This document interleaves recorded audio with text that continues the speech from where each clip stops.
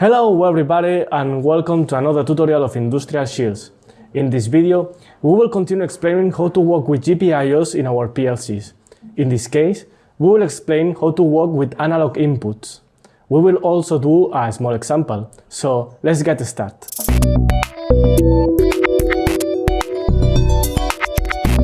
Analog inputs are widely used to control sensors that give us a value between a range.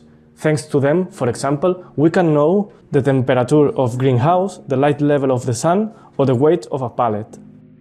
Industrial Shields PLCs are designed to work with analog inputs from 0 volts to 10 volts. It means you can use a lot of sensors without adapting the voltage.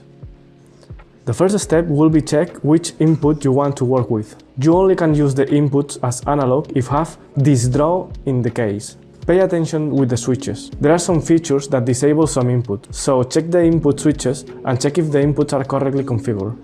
Now it's time to do a small example with analog inputs.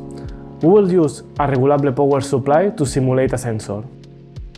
We will connect the ground of the power supply to the PLC ground. The positive of the power supply will be connected on the A09 pin. Once in the Arduino IDE, we will open a new sketch. In the setup, we'll configure the serial to debug the program. When programming, just use the analog read function to read the value.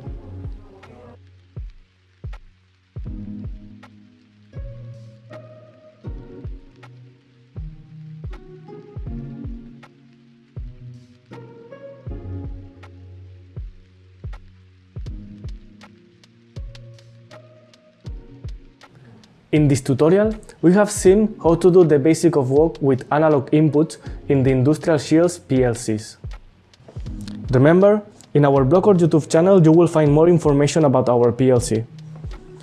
Don't forget to follow us on Twitter, Facebook or LinkedIn to keep in touch, and I hope you enjoyed this tutorial. See you in the next video!